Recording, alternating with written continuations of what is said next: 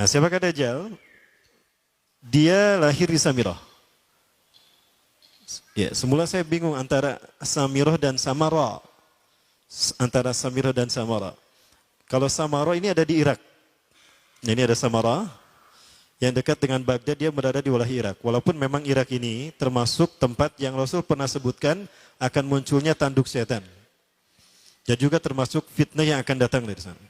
Al-fitnah satakhruju min hahuna. Fitnah akan datang dari arah sana. Rasulullah mengurunya ke Irak. Nah, Irak yang dimaksudkan apakah Samara, sempat saya kaji juga.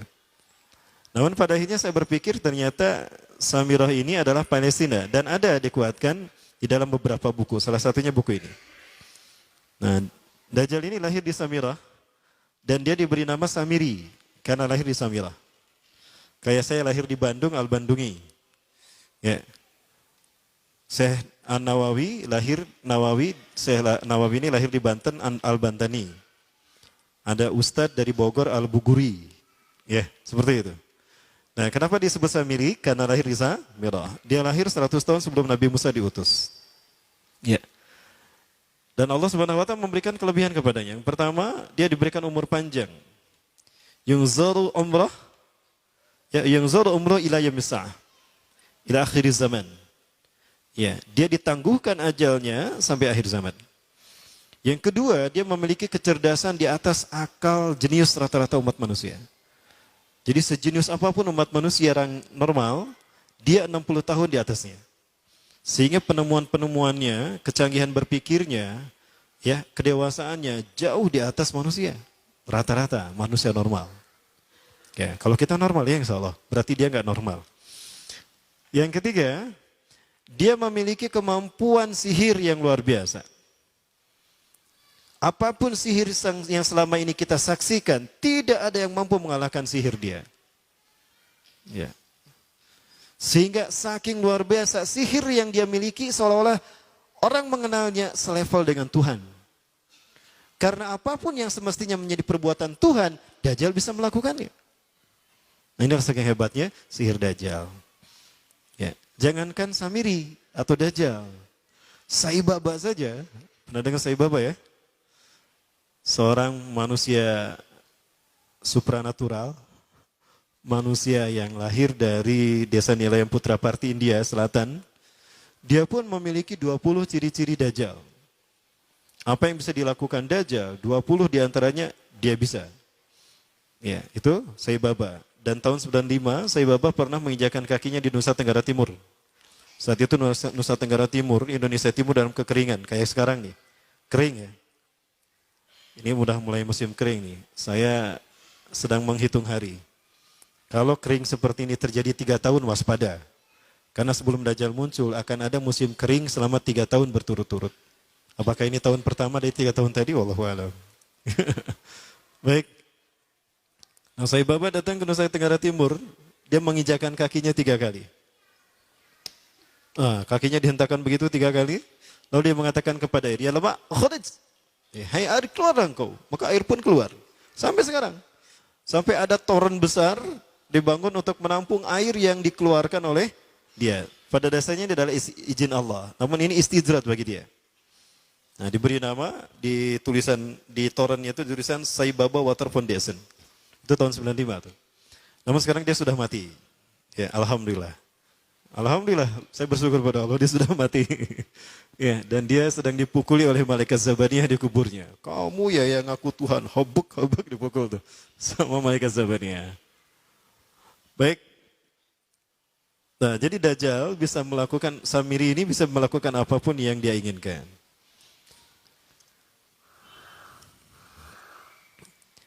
Nah, nasab kelahirannya adalah nasab yang aneh para Allah. Ya, dia lahir dari termasuk Bani Israel. Ya, Bani Israel ini keturunan Nabi Yakub.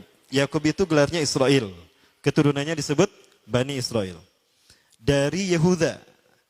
Yehuda ini adalah anak laki-laki dari istri pertama Nabi Yakub alaihissalam. Ya. Teh, Nabi Yakub istrinya berapa teh? Kok nanyanya sama teteh nih? Ya, Kang dengerin Kang. Nabi Yakub istrinya berapa teh? Nabi Yakub istrinya 4. Yang pertama bernama Ya'la. Dari Ya'la ini melahirkan 6 orang. Salah satunya bernama Yehuda dan Lewi. Lewi melahirkan Nabi Musa alaihissalam. Yehuda melahirkan bangsa yang kita kenal Yahudi. Salah satunya Yehuda ini melahirkan generasi yang pada akhirnya melahirkan Samiri. Ya. Kalau Rahil, istri yang kedua. Dan ini istri yang paling dicintai oleh Nabi Yakub, melahirkan 2 anak. Bunyamin dan Nabi Yusuf. Nabi Yusuf dan Bunyamin. Yang lainnya juga sama melahirkan 2 anak. Kahit dari Ya'la melahirkan 2 anak. Dam dan Naftali. Ya. Anak tertua dari Nabi Yakub dari istri pertama bernama Robin.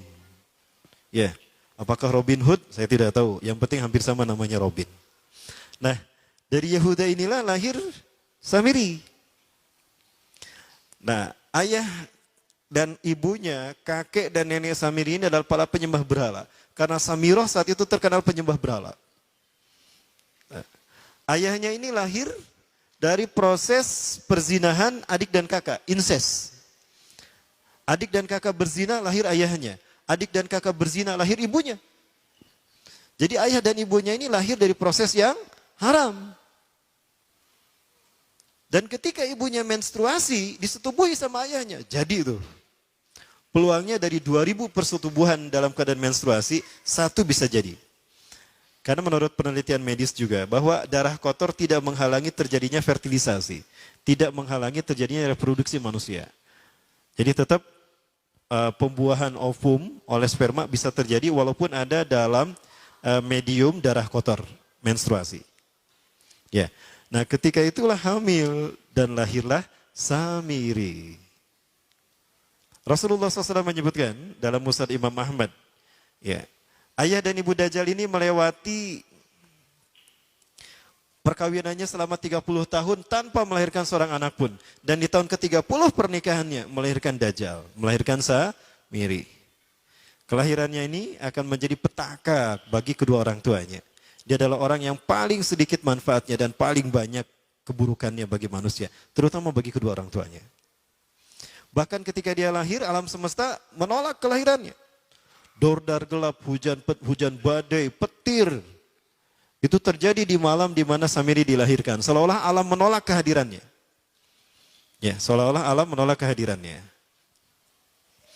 Nah, sejak lahir sampai usia 5 tahun dia tidak netek sama ibunya. Kebayang, 5 tahun air susu ASI tidak ditetekkan. Itu yang menyebabkan terjadinya kanker payudara. Maka ibunya pun meninggal gara-gara kanker payudara ini. Ya, saya dapat berita dari beberapa orang pengidap penyakit kanker payudara.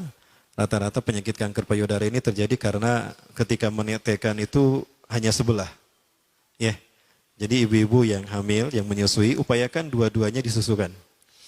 Ya, karena apabila cuma 1 saja, yang 1 itu yang akan terjadi peluang resiko, besar resikonya terkena kanker payudara. Nah, ibunya meninggal gara-gara itu. Terbukti apa yang disabdakan Rasulullah. Kelahirannya menjadi petaka bagi kedua orang tuanya. Begitu pula ayahnya, maka ayahnya menjadi single parent. Ya, single parent apa single parent? Ya itulah ya, single parent. Dibacanya parent ya, parenting. Nah kemudian, di tahun yang kelima, sejak lahir sampai 5 tahun, kenapa dia tidak menetek pada ibunya? Karena kerjanya tidur melulu. Disebut mati, dia bernafas dan cuma berdetak. Disebut hidup, dia tidak bergerak. Antara hidup dan mati. La yamutu wa la yahya. Nah maka di usia ke-5 tahun, nah ini terjadi peristiwa yang menarik. Apa itu?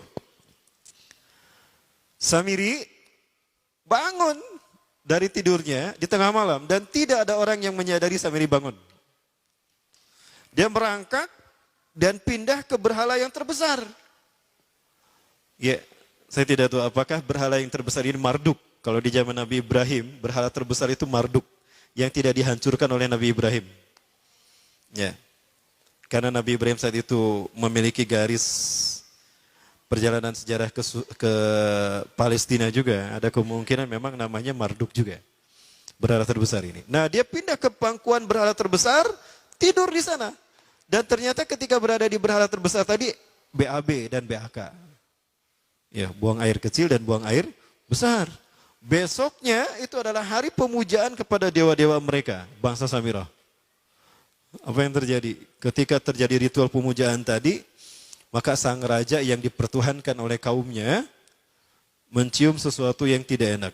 Asa bau hangser ieu teh. Bau pesing ari didinya ngambut teh. Heeh. Heeh cek bapana. Bapaknya Samiri ini adalah tokoh agama paganisnya. Muncul kurang mah kiaina, ulamanya. Ya asa bau pesing jeung. Nah hanya pas dilihat, kaget sang raja. Ternyata itu pesing berasal dari pantatnya si Samiri yang ada di pangkuan berhala terbesar. Marah murka tuh sang raja. Itu anak kamu, kenapa ada di situ? Ya, kurang ajar kamu, ya telah menghina Tuhan kita. Kenapa kamu pindahkan anak kamu ke situ? Oh tidak Tuhan, saya tidak memindahkannya. Bagaimana saya bisa menghina Tuhan saya? Lalu siapa yang memindahkannya? Kan dia lumpuh. Nah, sekali lagi, kehadirannya menjadi petaka bagi kedua orang tuanya. Akhirnya raja marah dan ayahnya dipenjara.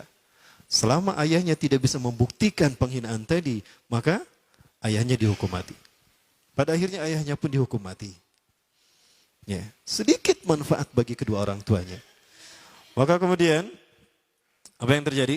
Para boleh mati Allah. Dari data yang saya baca ini, ya, dari beberapa kitab tadi, maka kemudian dia hidup dipelihara oleh sang raja. Dan pas di usia dia 5 tahun itu, Allah menimpakan murkanya kepada bangsa Samiroh yang sudah kelewat batas, ya, maksiat dan sudah tidak ada toleransi dari Allah untuk mereka hidup di bumi, maka Allah perintahkan malaikat Jibril menghabisi mereka.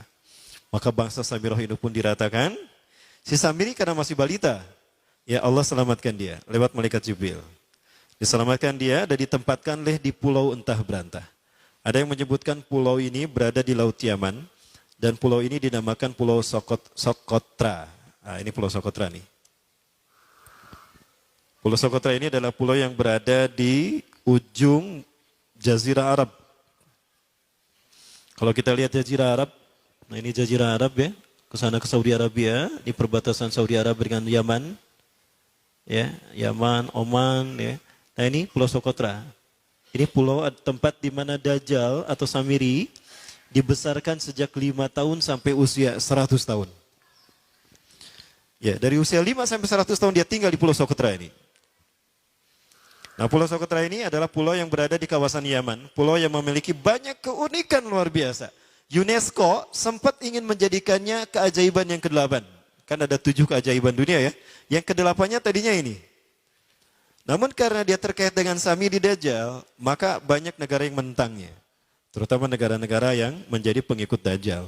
Maka pada akhirnya pulau ini dirahasiakan. Nah sebetulnya pulau ini unik kalau kita ingin berekreasi ke sana. Namun karena posisi yang terpencil, jarang orang mengikutinya.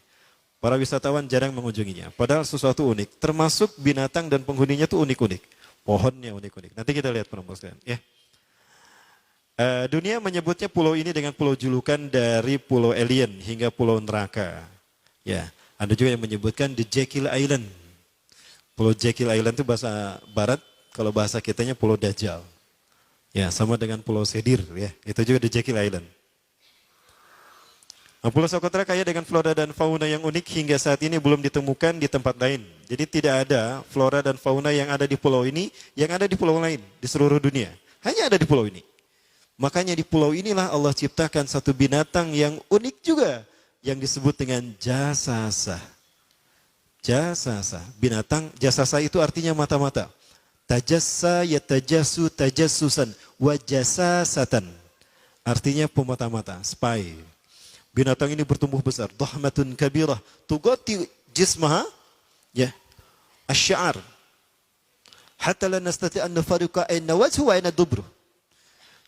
Tubuhnya besar dipenuhi dengan bulu sehingga saking penuhnya bulu kita tidak bisa membedakan mana dubur mana wajah. Yang menghadap itulah wajah. Bila kok orang menghadap dengan duburnya kan nggak mungkin ya. Yang menghadap pasti wajah. Baik. Ya. Karena itu pulau ini pernah dilesarkan sebagai salah satu dari 7 keajaiban dunia yang baru ya. Nah, baik ini contohnya nih. Saya perlihatkan keajaiban dan keunikan. Ini adalah padang pasir di Pulau Sokotra. Ya. Ini padang pasir di Pulau Sokotra. Ini burung, salah satu jenis burung yang bisa kita jumpai di Sokotra. Dan ini kepiting unik, kepiting Pulau Sokotra. Aneh ya, kepitingnya seperti itu. Kayak Mr. Krab, Mr. Scrab. Ya. Di film apa? SpongeBob. Ya. Ini laba-laba langka di Socotra, mirip tarantula. Dan ini pohon darah naga yang ada di Pulau Socotra juga. Pokoknya pohon-pohonnya unik, Pak. Arah-aneh pokoknya. Nah, ini salah satu jenis pohon Dorstenia Socotra. Dan ini juga pohon yang lain, pohon Dendrosisaios Socotra. Hese sebutkan lagi ya. Nah, hal ini yang membuat Dajjal terinspirasi. Ya, karena dia hanya menjumpai binatang dan tumbuhan langka, flora fauna satwa langka di pulau ini. Ini menjadikan dia terinspirasi untuk menciptakan makhluk. Jangan salah, Dajjal kecerdasannya mampu melakukan cloning dan mampu melakukan berbagai macam riset dan eksperimen. Hatta eksperimen yang mengilhami film Hulk. Itu Dajjal bisa melakukan. Ya, jangan salah penuh. Bahkan ketika orang membayangkan kendaraan tercanggih itu pesawat terbang, Dajjal sudah mampu membuat piring terbang dengan kecerdasannya. Ya, Rasulullah menyebutkan kendaraan Dajjal itu, ya, dia bisa terbang kata Rasulullah. Dan kecepatan terbangnya 5 kilometer. Terbaca Prambola 5 kilometer? Ya, ada ya 5 kilometer. Baik, ini kering mungkin ya. Coba.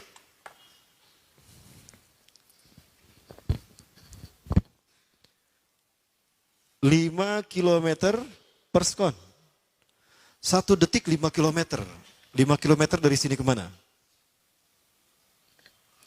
Sakicep 1 kedip ya, 1 detik sakicep. 1 detik 5 kilometer.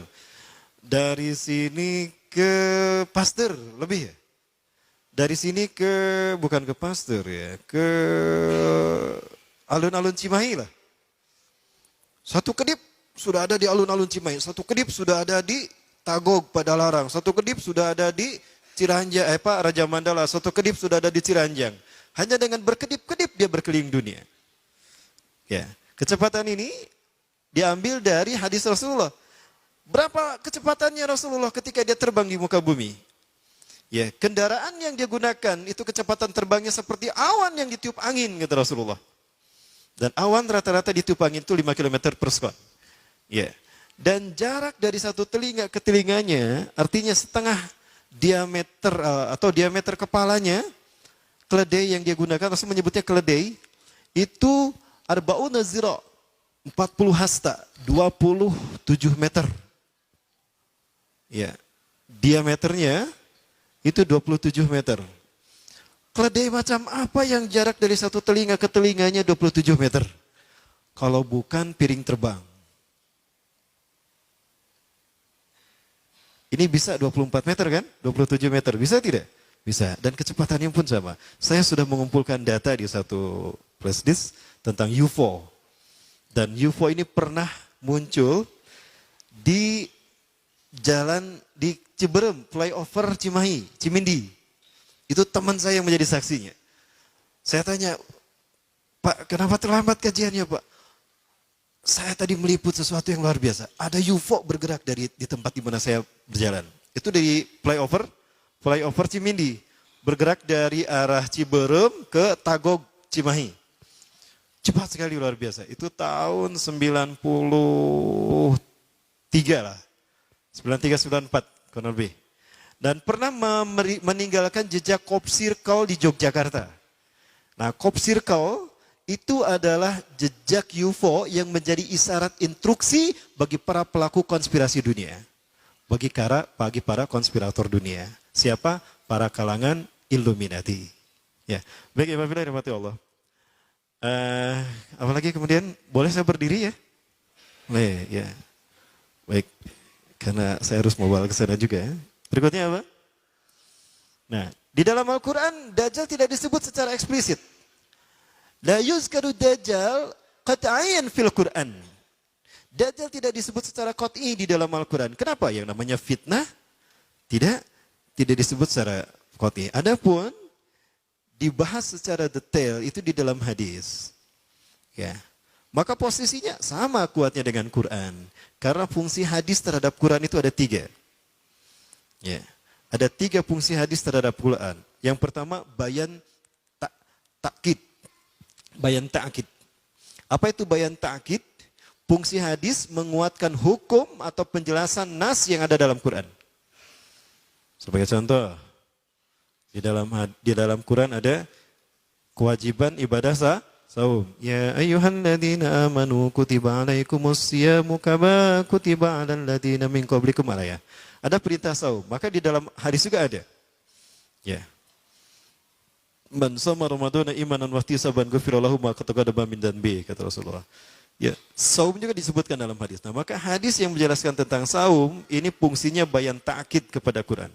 Yang kedua, fungsi hadis terhadap Quran ada bayan tafsil wa tafsir. Bayan tafsir artinya menjelaskan apa yang ada dalam Quran. Sesuatu yang tidak dibahas secara mendetail dalam Quran, dibahas secara detail di dalam hadis. Bahkan dirinci oleh hadis, tafsil. Ya, itu fungsi yang kedua. Nah, fungsi yang ketiga dari hadis terhadap Quran adalah bayan tasyri'. Bayan tasyri', yaitu fungsi hadis dengan menetapkan hukum yang tidak dibahas di dalam Al-Quran. Ya, di dalam Al-Quran Allah hanya menyatakan innallaha yuhibbut tawwabin wa yuhibbul mutatahhirin. Allah cinta kepada orang yang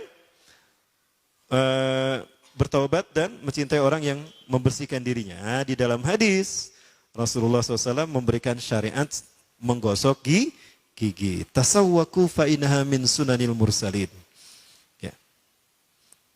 Watuhuru satrul iman. Ya. Bersiwaklah kalian, gosok gigilah kalian, karena bersiwak itu adalah sunnahnya para nabi dan rasul. Ya. Jadi yang taruh gosok gigi, dia tidak mengikuti sunnah rasul. Ya. Baik. Nah, itu permasalahan baik. Nah, di dalam Al-Quran ada beberapa ayat yang menurut para ulama ini terkait dengan Dajjal. Nah, peristiwanya adalah terkait dengan peristiwa Nabi Musa dan Samiri. Ya. Mulai ada nama Samiri di sini. Nah, di dalam Quran surat Toha disebutkan di dalam beberapa ayat.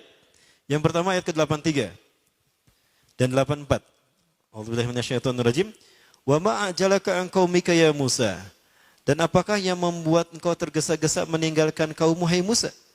Ketika ada 10 perintah Allah yang akan diterima oleh Nabi Musa yang kemudian disebut dengan Ten Commandment oleh orang-orang barat. Nabi Musa meninggalkan kaumnya Bani Israel, ya di belakang bersama Nabi Harun. Nabi Musa tergesa-gesa karena Nabi Musa ingin segera mendapatkan perintah Allah. Ya. Maka Nabi Musa menjawab, qalahum ulai ala athari. Mereka ada di belakangku ya Allah. Wa ajiltu ilaika rabbi litardo, dan aku menyegerakan diri padamu ya Allah agar kau ridho kepadaku. Aku ingin segera memenuhi perintahmu. Ya.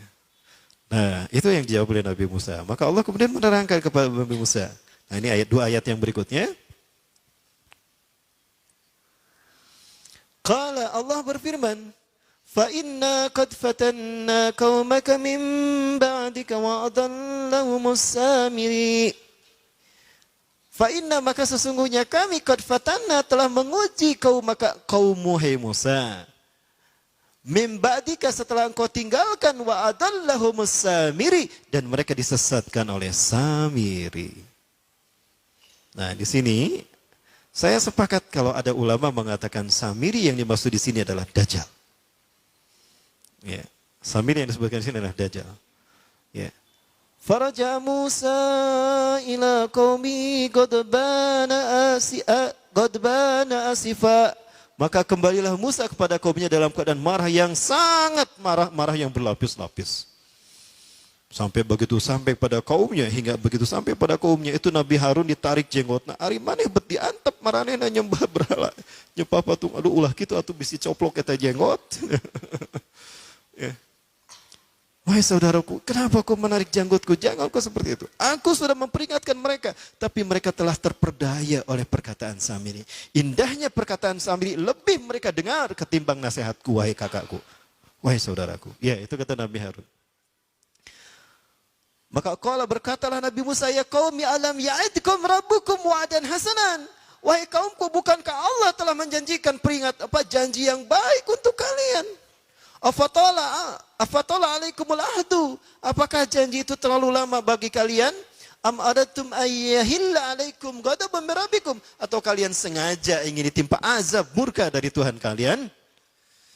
Fa akhlaftum mau'idi, sehingga kalian menyalahi perjanjianku. Aku sudah mengatakan, tunggu aku akan sampaikan apa yang Allah berikan pada kalian sebagai janji Allah kepada kalian. Maka digambarkan Nabi Musa marah, itu patung anak sapi. Nah, patung anak sapi ini dibuat oleh Samiri. Sekali lagi, Samiri yang kita bicarakan sebagai Dajjal, dia punya kemampuan magic yang luar biasa. Dan dia punya kemampuan yang tidak bisa dicapai oleh manusia sejenius dan sehebat apapun. Ya. Maka jika ada manusia-manusia yang luar biasa di antara kita, itu adalah mereka yang dibentuk oleh Dajjal. Contohnya siapa? David Copperfield, David Mindfreak. Siapa lagi? Para The Master ya. Nah, jangan salah penulisan. Ada juga Raelian, Rael juga sama. Dia seseorang yang tadinya tidak tahu apa-apa, sesuatu yang orang menganggap biasa, tiba-tiba dia menjadi seseorang yang luar biasa, supranatural. Luar biasa, itu juga sama. Termasuk juga Sai Baba. Pernah melihat Sai Baba, Bu? Belum? Baik, kita lihat sebentar. Siapa Sai Baba ya?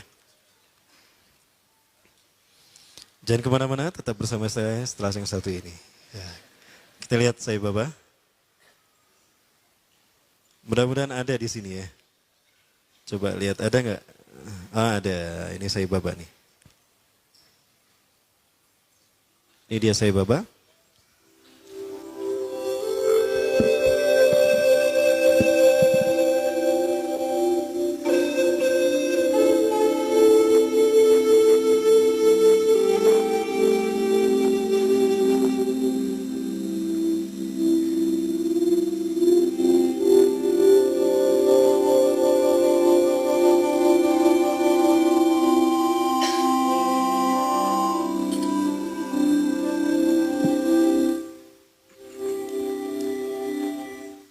Beberapa ciri-ciri Dajjal ada pada Sai Baba. Yang pertama Rasulullah SAW menyebutkan, "Idza ra'aitumud Dajjal fara'a fi ra'si syai'un kattaj." Syai'an kattaj. Apabila engkau melihat Dajjal, maka engkau akan melihat di kepalanya sesuatu mirip mahkota. Saya berpikir mahkotanya seperti apa? Jangan-jangan ini nih. Brekele. Itulah mahkotanya. Oh betul loh, jangan salah. Rambutnya itu mahkota Dajjal. Oke. Kemudian dari tatapan, aura tatapan matanya adalah sihir. Maka siapapun yang terkena tatapan, pas tatapannya bertemu, itu maka dia ada dalam kendali Dajjal. Hatinya ada dalam genggaman Dajjal. Lihat mata Sai Baba. Dan Sai Baba selalu menggunakan pakaian yang digunakan oleh Nabi Isa, kata Rasulullah nanti. 3 warna. Celupan warna merah, orange, kuning, dan putih. Sai Baba selalu menggunakan itu. Para pengikut Sai Baba banyak tersebar seluruh dunia. Terbesar kalau di Indonesia ada di Magelang, Jakarta, Surabaya. Para pengikut Sai Baba disebutnya Defuti. Pemimpin Defuti Indonesia, pengikut Sai Baba adalah pemimpinnya Anand Krishna. Pernah mendengar Anand Krishna ya? Masih hidup Anand Krishna? Nah, Anand Krishna ini adalah pemimpin pengikut Sai Baba. 20 ciri-ciri Dajjal ada pada Sai Baba. Ada seorang fotografer yang biasa memfoto Sai Baba. Setiap kali dicetak, nggak apa-apa, kalau ini kan cuma film, bukan aslinya. Cuma aslinya, bukan aslinya. Orangnya udah nggak ada kok, nggak apa-apa. Ya.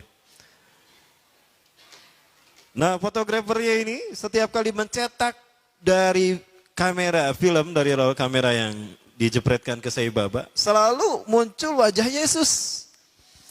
Makanya berkata, wahai Sai, kenapa setiap kali saya mencetak foto saya, foto Anda di kamera saya ini, selalu wajah Yesus yang muncul. Coba lihat, ketika diperlihatkan, oh, itu reinkarnasi saya yang terakhir, kata dia. Itu reinkarnasi yang terakhir, dan sebentar lagi dia akan datang. Kapan? Ya, sekitar 8 tahun lagi. Ya, 8 tahun dia meninggal tahun berapa? Kemarin 2000 berapa? Bukan 8 ya. 18 apa 8? 18. Jadi 2024. Ada kemungkinan muncul di tahun 2024. 4. Berapa tahun lagi? 6 tahun lagi. Sudah siap? Kang, mau kapan kawin, Kang? Keburu Dajjal nanti muncul. Ya kalau Dajjal udah muncul nggak akan sempat walimah, Kang. Teh, mau besok kawin teh? Kang? Baik. Alhamdulillah, gara-gara saya sering mengatakan ini, undangan langsung datang 3 macam tuh, 300. Undangan nikah dari pemuda. Pas lihat, terima kasih Ustadz, saya nggak mau ketika saya menikah Dajjal keburu datang. Oh enggak, itu versi saya. Baik, nah kemudian, ada pesawat di Venezuela ketika take off, baru 2.000 atau 3.000 kakian, itu terjadi turbulensi. Ya, pilotnya sudah pasrah saat itu. Kopilotnya keluar dan berkata, siapa di antara kalian yang menjadi pengikut Sai Baba? Ternyata pramugarinya, saya. Cepat berdoa untuk Sai Baba, minta kepadanya agar dia menolong kita. Maka dia kemudian masuk ke ruangan tertentu, dia berdoa kepada Sai Baba. Entah gimana doanya. Wes bablas angine, wes bablas angine. Mungkin begitu ya wiridnya. Apa yang terjadi? Awan berkumpul membentuk tubuh Sai Baba setengah badan. Dan awan tadi bergerak mengelambaikan tangannya. Maka seketika itu pula turbulensi hilang dan pesawat itu normal kembali dan bisa mendarat di tempat tujuan. Landing dalam keadaan aman. Nah ini Sai Baba. Berikutnya juga. Ya, masih terkait Sai Baba. Ada seorang janda punya anak 4. Dia datang pada Sai Baba dan berkata, wahai Sai, Anda adalah Tuhan kami. Anda Tuhan saya. Saya seorang janda sudah 4 tahun ditinggalkan oleh suami saya. Saya punya anak 4, kami miskin Sai. Kami ingin merubah hidupnya. Anda adalah maha kaya Tuhan kami. Tolong kami beri karunia. Sai Baba hanya menggerakkan tangannya, maka emas keluar dari tangannya. Diberikan pada wanita janda tadi. Ada seorang syekh dari Arab ingin menghujah Sai Baba. Ingat Rasulullah pernah berkata, ketika kalian melihat Dajjal lari menjauhinya. Jangan kalian mendatanginya karena sekuat apapun hujah kalian. Jika kalian tidak yakin dengan keimanan kalian, kalian akan menjadi pengikutnya.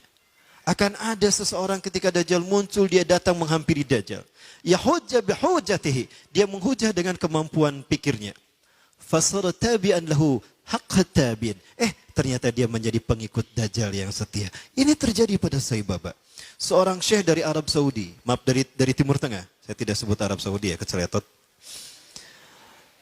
Datang menghampiri Sai Baba. Sai Baba berkata begini, kamu ragu saya Tuhan kamu? Coba apa yang bisa dilakukan Tuhanmu, saya akan melakukannya. Maka apapun yang diminta oleh syekh tadi, Sai Baba melakukannya. Maka apa yang terjadi? Syekh tadi menjadi pengikut Sai Baba yang setia. Hati-hati. Nah, baik, kita masih bicara Sai Baba.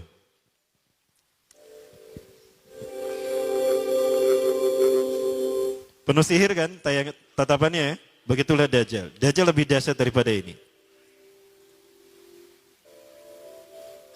Suatu saat Sai Baba pernah diundang ke Amerika. Sekelompok petinggi militer angkatan darat Amerika kehilangan sebuah dokumen. Dan yang tahu hanyalah seorang jenderal yang bernama Conner. Jenderal Conner ini sudah meninggal. Maka dipanggillah Sai Baba. Ketika Sai Baba datang ke jasad Jenderal Conner, dia menaburkan tepung vibuti. Nanti saya perlihatkan tepung vibutinya insya Allah. Ya. Menaburkan tepung vibuti yang langsung keluar dari tangannya entah dari mana. Maka dengan cara diusap, sebagaimana Nabi Isa AS membangunkan jasad yang sudah mati. Maka apa yang terjadi? Jenderal Conner bangun.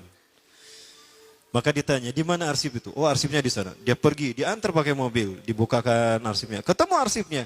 Udah ketemu arsip nama, plak deh, maut deh gitu. Itu jin yang masuk ke dalam tubuh Jenderal Conner. Kalau Nabi Musa alaihissalam menghidupkan yang sudah meninggal dalam kisah sapi betina, Al-Baqarah itu nyata. Nyata betul-betul hidup. Di mana dipukul dengan sebagian dagingnya kan? Fadribuhu bi ba'diha. Pukul dengan sebagian dagingnya. Itu betul-betul hidup. Sama Nabi Musa ditanya, man qatalaka, siapa yang membunuhmu? Culang-cilang, mana yang ngebunuh saya? Oh itu, qatalani banu akhi. Udah gitu mati lagi. Ya tuh, anak-anak saudaraku, keponakanku yang membunuh saya. Udah gitu mati lagi. Nah dia pernah melakukan apa yang semacam hal itu ya. Jenderal Conner pun bangun. Kemudian ada hal yang menarik lagi terkait dengan Sai Baba. Saya coba perlihatkan tepung vibuti yang dia keluarkan. Yang dengannya dia menyembuhkan orang yang buta, ya, menyembuhkan orang yang membangunkan orang yang sudah mati. Tapi sekali lagi ini biiznillah. Dengan izin Allah, Allah mengizinkan kepadanya untuk melakukan itu sebagai sebuah istidraj. Apa istidraj? Rangsangan, ya. Apakah dia mau bertobat atau kembali kepada Allah Subhanahu wa taala?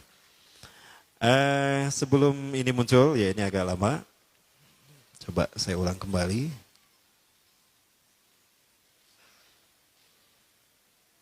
Muncul. Nah ini saat Sai Baba sedang membersihkan patungnya, lalu dia mengeluarkan tepung vibuti nanti. Nah, dia mengeluarkan emas. Ini tepung vibutinya.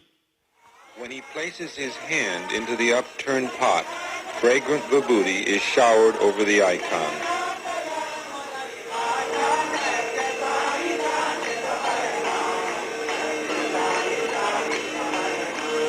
When Sai Baba removes his hand from the upturned pot, the vibhuti ash stops flowing. Seseorang berani menjual rumahnya, menjual mobilnya demi mendapatkan tepung vibhuti walaupun hanya setitik saja.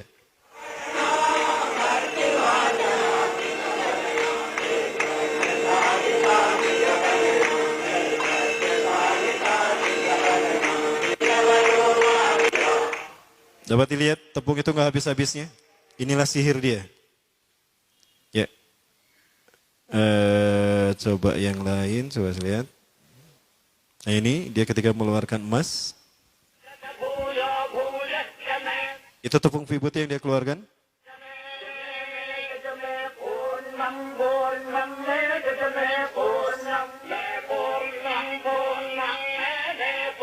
Ini ketika masih muda. Rasulullah SAW menyebutkan, Samiri atau Dajjal itu dia mandul, tidak suka kepada lawan jenis. Dan dia tidak menikah, termasuk Sai Baba juga sama. Dia ngejomblo seumur hidup. Ya, dan dia sudah mati. Baik, Ibu Rahimakumullah. Nah kemudian kita kembali ke kajian kita. Waktu kita masih ada? Sampai jam berapa? Sampai maghrib. Ya. Nah, Nabi Musa marah kepada Sai Baba. Maaf kepada Sai Baba. Kok jadi Sai Baba? Nabi Musa marah kepada Samiri. Maka kemudian Samiri pun diusir sama Nabi Musa. Ya. Qala berkata Nabi Musa kepada Samiri, "Fama khatbuka ya Samiri?" Ya. Maka apa yang mendorongmu untuk melakukan itu, hai Samiri? Saya lupa menceritakan. Saya cerita dulu sebentar. Ya, sebetulnya nanti ada itu pembahasannya. Tapi entah di slide keberapa. Nah, Samiri sejak dipindahkan ke pulau Yaman yang tadi dinamakan Pulau Sokotra, ya. Di sana dia tinggal dari usia 5 sampai 100 tahun. Kerjaannya adalah bangun, makan, minum, tidur, bangun, makan, minum, tidur, bangun, makan, minum, tidur. Begitu sampai usia 100 tahun. Samiri ini. Ya, dia tidak melakukan aktivitas lain. Ketika dia bangun, malaikat Jibril sudah menyiapkan makanan dan minuman di sampingnya. Dimakan dia. Kadang menunya macam-macam. Ada pecel lele, tutuk oncom, cobek belut, macam-macam tuh. Minumannya macam-macam. Ada teh tarik, bajigur, kopi radik. Kopi radik. Ada itu menu-menu saya. Itu semua menu-menu saya ya. Ya saya nyebutin apa yang saya tahu ya. Ya. Nah, sampai usia 100 tahun baru dia melek, baru dia sadar, memikirkan tentang dirinya. Allah, di mana saya? Ternyata saya sudah sebesar ini.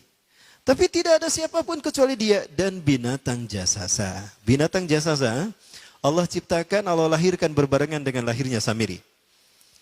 Karena tugasnya adalah untuk memata-matai Samiri, maka disebut jasasa, pemata-mata. Dan dia menghilang berbarengan dengan menghilangnya Dajjal dan akan muncul lagi berbarengan dengan munculnya Dajjal. Nanti pembahasan kita sampai kepada tanda-tanda Dajjal akan muncul. Kapan Dajjal muncul ada tanda-tandanya? Ya, nanti ada pembahasannya. Baik. Nah, Malaikat Jibril selama Samiri tidur, dia memegang pena. Nah, penanya ini tidak seperti pena kita, ada merek Roxy, pena merek apa lagi? Big, ya. Merek apa lagi? Standar, bukan ya? Nah, Snowman, bukan. Tapi penanya itu kayak tongkat sihir. Nah, itulah kenapa tongkat sihir pendek itu selalu seperti itu, kayak Harry Potter. Potter apa Potter? Harry Potter. Nah, dia punya tongkat. Nah, tongkat itu sebetulnya adalah pena yang digunakan malaikat Jibril menuliskan beberapa panel prasasti yang isinya adalah pelajaran akidah tauhid untuk Samiri. Nah, ini dibahas di bukunya Muhammad Isa Daud. Ya, cuma Muhammad Isa Daud ini banyak ditentang sekali lagi oleh para ulama. Namun, menurut saya kita lihat kebenaran Muhammad Isa Daud ini apabila realita kita hari ini sesuai dengan analisanya. Insya Allah. Nah, pena inilah yang kemudian diambil oleh Samiri. Dengan pena inilah dia mampu melakukan apa yang dia inginkan. Ya. Dan dengan pena itulah dia membuat patung anak sapi. Ya. Bagaimana caranya? Dia masuk ke tengah-tengah kaum Nabi Musa. Jumlah umat Nabi Musa saat itu 70.000 orang. Yang menyelamatkan diri dari Mesir, dari kejaran Fir'aun. Sampai ke Padang Tih dan ke Palestina itu 70.000 orang. Include di dalamnya Nabi Musa, Nabi Harun dan Nabi Yusha bin Nun atau Nabi Joshua kata orang Kristen. Ya. Nah, maka dia mampu mempengaruhi beberapa orang dari pengikut Nabi Musa. Maka mereka mengeluarkan perhiasan mereka, dimasukkan pada kuali, dibakar. Nah, perhiasan itu pun dibentuk dengan kemampuan magicnya menjadi patung anak sapi. Jin masuk ke dalam patung anak sapi itu dan berkata, aku Tuhannya Musa, dan Musa telah lupa. Maka sujudlah mereka kepada patung tadi. Maka bertanya Nabi Musa, wa ma khatbuka ya Samiri? Apa yang membuat kamu mendorongmu melakukan hal itu, hai Samiri? Kamu menyesatkan kaumku dan menyembah patung yang kau buat itu. Ya, patungnya diambilkan sama Nabi Musa, dihancurkan. Dihancurkan, udah pecah, pecahannya diambil, dibakar. Ya, dibakar, kemudian dibuang ke laut merah. Ya. Qala, berkatalah Samiri, basartu bimalam yubsiru, bimalam yabsuru. Aku mengetahui apa yang tidak mereka tahu tadi. Aku melihat apa yang tidak mampu mereka pandang, mereka lihat bihi dengannya. Fagbatu qabdatan bin athari rasul, maka aku mengambil sesuatu dari bekas sang utusan. Ar-Rasul di sini maksudnya malaikat Jibril. Asari ini adalah bekas malaikat Jibril, yaitu pena tadi. Ya, menurut ahli tafsir, fanabastuha wa kadzalika sawwalat li nafsi. Ya, aku mengambil segenggam dari jejak Rasul itu dan aku melemparkannya dan demikianlah nafsuku membujuknya. Ya. Dengan pena tadi, dia ambil tanah yang menjadi jejak Nabi Malaikat Jibril, jejaknya diambil, dimasukkan ke kuali, maka dibentuk dengan kemampuan, dengan keinginan dia melalui pena tadi. Ya. Maka kemudian apa yang terjadi? Nah, ini kata Nabi Musa. Qala, Nabi Musa berkata, fadhab, pergi kamu. Fa innalaka fil hayati an taqula la misasa. Sesungguhnya hakmu di dalam kehidupan dunia ini adalah la misasa, jangan kau sentuh aku. Ya. Jangan kau sentuh aku. Artinya, jangan ada yang berani menyentuh aku. Karena sekali menyentuh aku, kata intinya begitu, maka dia akan terkena oleh sihirku. Maksudnya, pergilah tinggalkan aku. Biarkan aku berbebas semaunya. Itu kata si Samiri. Wa innalaka mau'idan lan tukhlafah. Sesungguhnya engkau akan mendapatkan janji Allah yang tidak akan pernah terselisih. Artinya janji Allah itu pasti terjadi atas dirimu. Ya. Wangzur ila ilahika. Ya. Maka lihatlah Tuhanmu yang kamu tetap menyembahnya. Alladzi talda zalta alaihi akifan. Lanuharriqannahu thumma lanahsifannahu fil yammi nafsan. Tuhan yang kau sebut tadi, yang tetap tadi kau puja-puja, akan saya hancurkan dan akan saya bakar dan akan saya buang ke lautan. Itu kata Nabi Musa. Ya, kita percepat.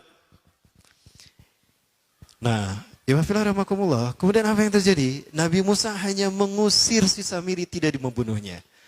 Sementara kaum Nabi Musa yang menyembah patung anak sapi ini harus bertaubat, dan taubatnya dibunuh oleh orang yang beriman. Yang tidak menyembah patung anak sapi, jumlahnya ribuan. Maka mereka yang menyembah patung anak sapi karena disesatkan Samiri ini dalam keadaan merunduk begini untuk dipenggal kepalanya. Yang masih hidup, Mereka enggan, enggak mau dipenggal, maka melawan, maka terjadilah perang dengan sesama umat Nabi Musa. Disitulah Nabi Musa berdoa kepada Allah, ya Allah, cabut hukuman ini dari engkau ya Allah. Andaikan kau tuntaskan hukuman ini, maka habis umatku ya Allah. Maka hukuman itu pun dihentikan. Dan Allah mengampuni mereka yang telah bertobat, dan Allah memberikan pahala kepada orang beriman yang meninggal gara-gara melaksanakan hukuman tadi. Ini ada dalam tafsir firman Allah dalam Quran surat Al-Baqarah. Ya Bani Israel, adhkuru ni'matallahi alaikum. Gimana terusnya? Fatubu ila barikum faktulu anfusakum. Al-ayah. Nah itu, kalimat faktulu anfusakum. Ayat ini dikeluarkan ketika Nabi Musa berfirman, bertaubatlah kalian kepada Tuhan yang menciptakan kalian dan bunuhlah diri kalian sendiri. Maksudnya, bunuhlah mereka yang menyembah patung anak sapi tadi. Coba, yang menyembah patung anak sapi gara-gara disesatkan Samiri dibunuh taubatnya, Samirinya tidak dibunuh, tapi cuma diusir. Jika ada orang yang ingin mengganggu, katakan, la misasa, jangan kau sentuh aku. Kenapa diusir tidak dibunuh? Karena yang membunuhnya adalah Nabi Isa alaihi salam di akhir zaman.